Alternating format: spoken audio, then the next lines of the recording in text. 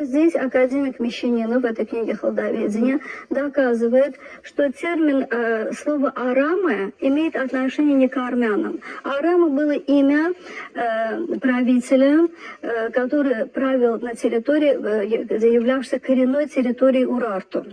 И хотя армяне сегодня выдвигают ложный тезис о том, что они якобы существовали на территории Кавказа в VI веке до нашей эры, тезисы академика Мещанинова это опровергают, потому что эта страна Арамы существовала задолго до VI века до нашей эры, и то есть само это слово существовало, оно было не присуще армянам, и они, это опять-таки доказывает, что они как пришельцы это присвоили. Поэтому даже сегодня есть два определения, две дефиниции, они и хаи, они армяне, потому что вот это слово армян присуще не им, потому что арман, это было имя правителя, который правил на территории Урарту, а затем эта территория была захвачена ассирийцами, и в летописях ассирийского царя Салманасара это указывается, то есть для этого существуют источники.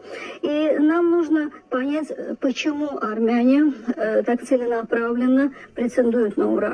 Потому что им надо доказать свое присутствие на Кавказе. И это, да, свое древнее присутствие на Кавказе, абсолютно точно, то есть свою автохтонность они хотят там показать.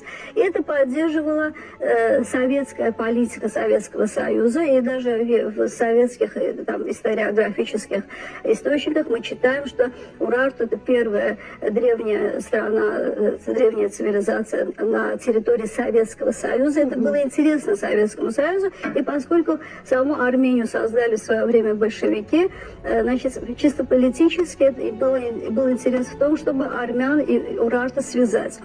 И здесь надо отметить, что как академик Петровский, также Мещанинов, также Меликишвили и другие авторы доказали, что уральский язык совершенно не связан с армянским, вернее, армянский с уральским, потому что армянский это индоевропейский язык, а уральский язык относится к тем языкам, которые присущи Северному Кавказу. Это чеченский и ингушский языки. То есть если ссылаться, об этом же писал и Дьяконов, то есть если мы ссылаемся на языковую базу, то это уже доказывает, что они к Урарту не имели никакого отношения. И вот эта привязка, она чисто